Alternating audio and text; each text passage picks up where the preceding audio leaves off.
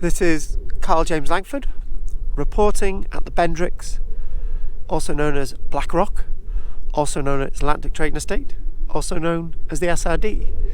This is between Barry and Sully, and this video is funded by Barvo, Bridgend Association voluntary organisations, and I work for Archaeology Cymru. This is KARL-JAMES Langford.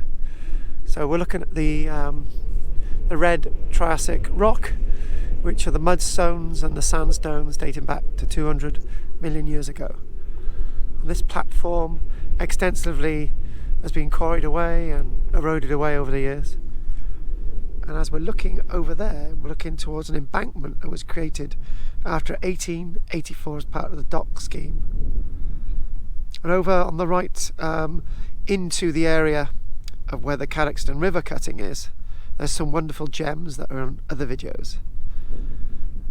In the distance as well, more or less in front of us, there's something that we refer to as a fishing weir that dates back to the 1860s, but that's in another video. Obviously it's called the Black Rocks, Bendricks, because of the colour of the rocks.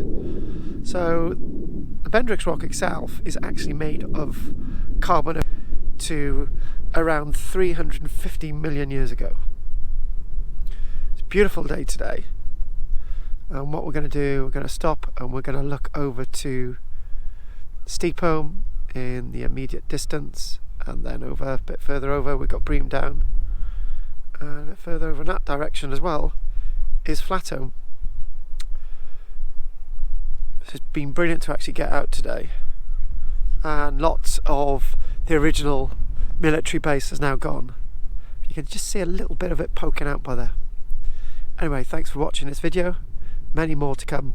This is part of our Seek and Search series for 2020. It's funded by Barvo. Thank you very much. This is KARL-JAMES Langford, over and out.